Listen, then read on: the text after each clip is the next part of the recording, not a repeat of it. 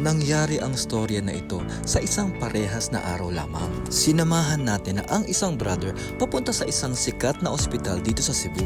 At doon ay nabigyan siya ng reseta ng doktora. Nagtanong muna kami ng presyo ng mga gamot. Yung tinignan ko yung sinulat, meron ding number 23. Nagulat ako kasi kahit dito, meron ding 23.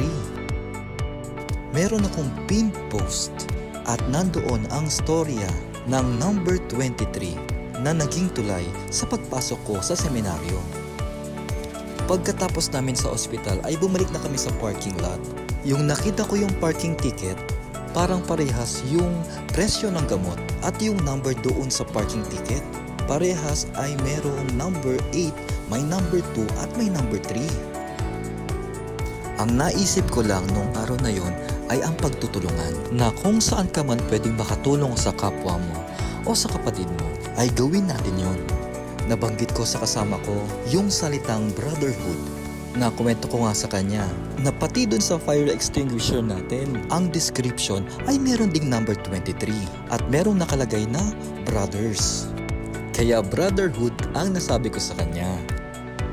Pero ang mas kinagulat namin, yung malapit na kami sa formation house ay may sinusundan kaming kotse na parehas din ang plate number.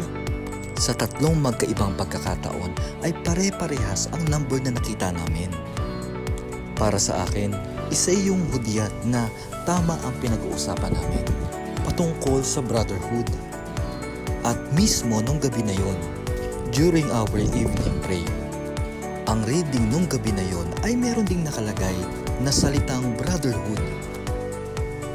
Inaanyayahan tayo na makaisa at tumulong sa kapwa natin dahil lahat tayo magkakapatid. Sabi nga nila, magkakapatid sa pananampalataya.